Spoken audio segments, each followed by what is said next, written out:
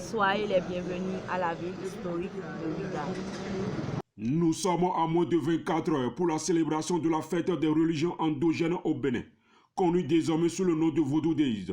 Un événement célébré habituellement chaque année, dans le but de pouvoir valoriser les valeurs culturelles et culturelles de chaque divinité du nord au sud du pays, à travers des festivals typiques à chaque couvent. Le plus grand festival historique du Bénin relatif à la fête des religions endogènes, appelé Vodou Days, ouvre ses portes dans quelques heures. Aujourd'hui, nous sommes descendus sur les lieux pour s'imprégner réellement comment les préparatifs se passent ici.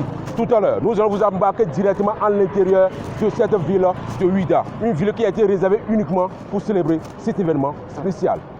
En attendant le démarrage effectif de cet événement d'envergure internationale, on s'est rendu ce matin sur les lieux pour s'imprégner réellement les préparatifs qui vont conduire à la réussite de cet événement spécial. Comme vous le constatez, vous avez vu toutes les décorations que nous avons mises en place.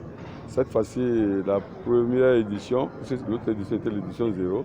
La première édition, on a su vraiment circonscrire les efforts et ça serait vraiment du boom. Donc, tout est décoré, toute la ville de Ouidah est décorée. Déjà à l'entrée de la ville de Ouidah, l'événement s'annonce sur plusieurs banderoles, sur laquelle est mentionné Vodou Days. La ville de Ouidah se prépare pour accueillir pour la deuxième fois le plus grand festival des religions endogènes. Au programme, 600 sites ont été retenus pour célébrer cet événement, dont le premier est le site Maro.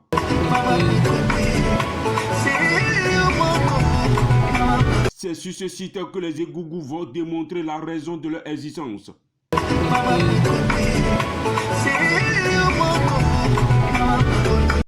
Et s'en suivra les démonstrations de la divinité de Zangweto, qui auront lieu sur ce site de Fort Français.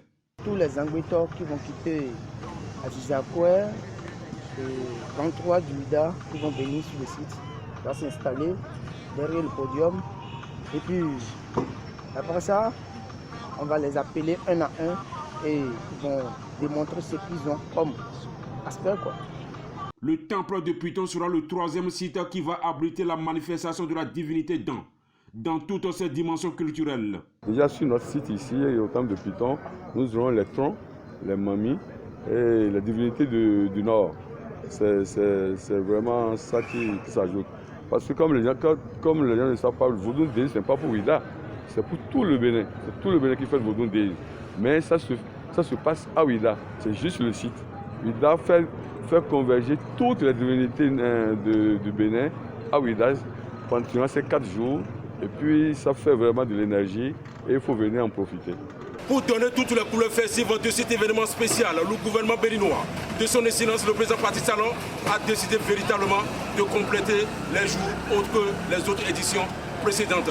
Raison pour laquelle cet événement a été consacré pendant 3 jours, à partir du 9, 10 et 11 prochains. Mesdames et messieurs, tout à l'heure, nous allons encore vous montrer un autre site qui abrite également cet événement. Vous verrez ça.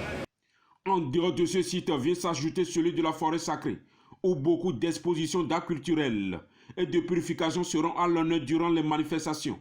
Je pense que nous sommes déjà prêts. Nous sommes prêts depuis plus d'une semaine. Nous sommes déjà prêts. La forêt sacrée est prête. Tous les guides sont prêts quand même pour accueillir chaleureusement tous les touristes qui vont descendre ici à la forêt sacrée.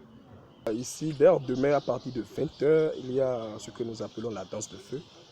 C'est une cérémonie de protection et de désenvoûtement qui va se passer, qui va avoir lieu ici à la forêt sacrée à partir de 20 h. Désormais, Vodou Days sera célébré sur la terre natale de Ouidah, pour le seul fait qu'il a connu pas mal de traversées historiques dans toutes ses formes, comme celui par exemple du couvent de Sakpata, qui est le 5e site réservé pour accueillir les manifestations de Sakpata dans toute cette diversité. Pendant 3 jours, nous aurons assisté à des démonstrations culturelles à travers des danseurs de Sakpata, de Zangweto, de Goungou, etc.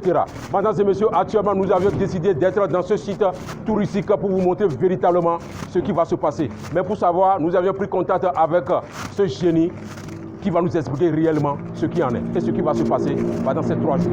Vous verrez ça. Comme vous êtes en train de voir, nos aînés sont allés voir les dignitaires qui sont à Ouidah. Ils vont venir ensemble et la maison est fin prêt.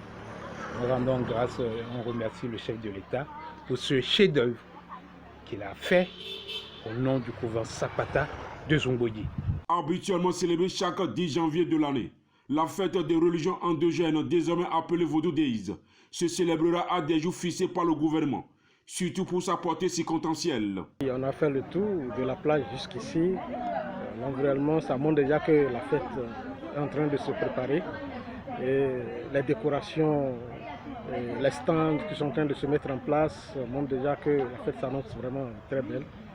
Après le site du couvent Sapata, c'est le temple à Mami, le 6e site retenu également pour faire révéler la force et l'existence de cette divinité, qui n'a rien à voir aux choses maléfiques, comme d'autres en pensent.